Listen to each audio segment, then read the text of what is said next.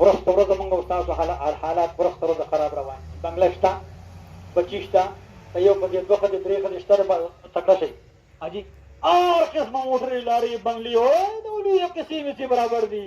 خو چې موستن کېږي نو کله کله څوک خودکشي کوي او څوک چونګ چونګ ګریز خولې ته اچوي او بلیو لاندې مرزونو باندې اخته. ولې اخته یو؟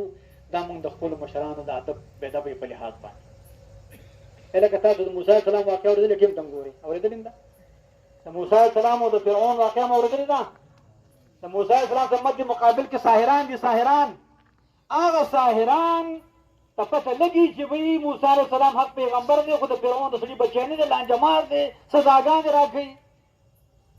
نو دا استاد ته تپوس کړي د خپل شاګردان چې صاحب موږ په موسی علیه السلام سره مد مقابل کې کېږو، خو موږ دپاره څه حکم دی؟ نو خپل استادو ته وایي موسی علیه السلام حق پیغمبر دی، تپوس ته مخکې وکړي چې یا ته دا خپله معجزه وښایه او موږ یا به موږ دا خپل لټل پکړ چې کوم دی کیسې میسې وښایو. په چې مخامخ شو دومره قدرې خبرې وکړه. قرآن پې ګواه دی، ساحرانو دومره قدرې خبرې وکړه چې ای موسی علیه السلام، موسی علیه السلام فرمایي تاسو دا خپلې لانجه برابر کړئ. نو بس امسا چې کوم دی وګورئ الله حکم وکړو تلقف دواړې هغه اویا زره چې 1,40,000 ماران چمچماران یې تېره کړه، ته پته ولګېده سمدستي په سجده باندې پرېوتل. هلکه دا ایمان اویا زره کسانو ته مشرف شو صرف او صرف د خپل استاد خبره منل او د حضرت موسی علیه السلام د ادب په لحاظ باندې.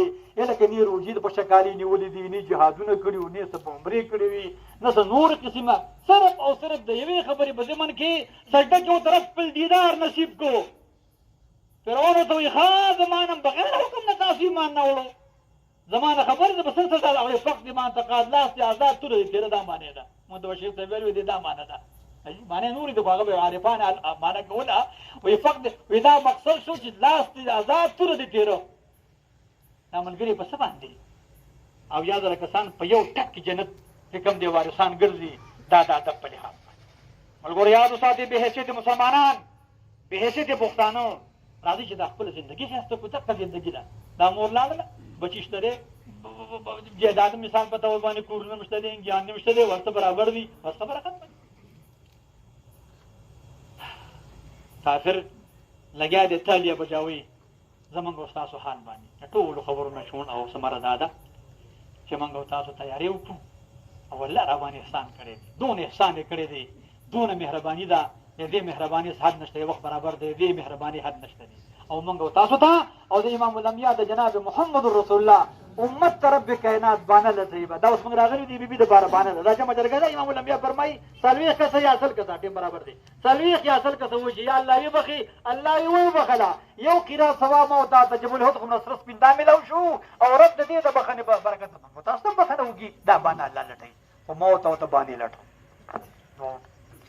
رب کائنات ته بیبي وبخي، صبر آسان کی شبید رحمتونو کې. ما یو درخواست کړی و د خوار مولا په بانک باندې څو کلمه نه وي هغه معقوله ده که نه. دا د زنانو دپاره تاسو کوشش کوئ دا کومه ډولۍ چې جوړېږي لواران زموږ تکړه ملګري دي هغه تاسو دې باندې دغه کوئ. یو تخصیص به هم کېږي، فرق به هم کېږي او دا چې کوم د سنت فاطمي دي دا به هم کېږي انشاءالله. ها دې دپاره دا سنت وکړئ او دا ډېرې بکسې هم استعمالوئ. ګورئ حال ته ګورئ. الله دا بیبي وبخي، صبر آسان کې شبید رحمتونه به وکړي، فتمنګانو له صبر جمیل ورکړي. یا الله موږ ډېر کمزور یو، د دنیا ګناهونه هم کړي، هغې باندې قلم داسې راکاږه، نیکي هم کړي. یا الله قبول یې کړه او یا الله په زړه کې خپل مینه محبت پیدا کړه او د مشرانو د علماو سره محبت پیدا کړه. کافر تباه او برباد کړه. ابروز په خپل عالم باندې مړه په ایمان وایي هغې باندې حمله ورشي. تاسو کته کړه که څوک پې خوشحاله شوي وي چې ښه کار شوی دی، د نکام تباه شوي ده او ایمان هم تباه دی، د خدای خاطر وکړي. او څوک پې خفه شوي وي انشاءالله دا خفګان په ورځ د قیامت باندې د خوشحالۍ باعث ګرځي.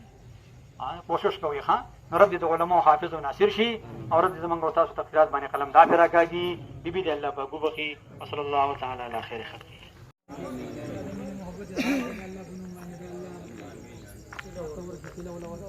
صفونه برابر شو نیت کوئ نه تاریخ نه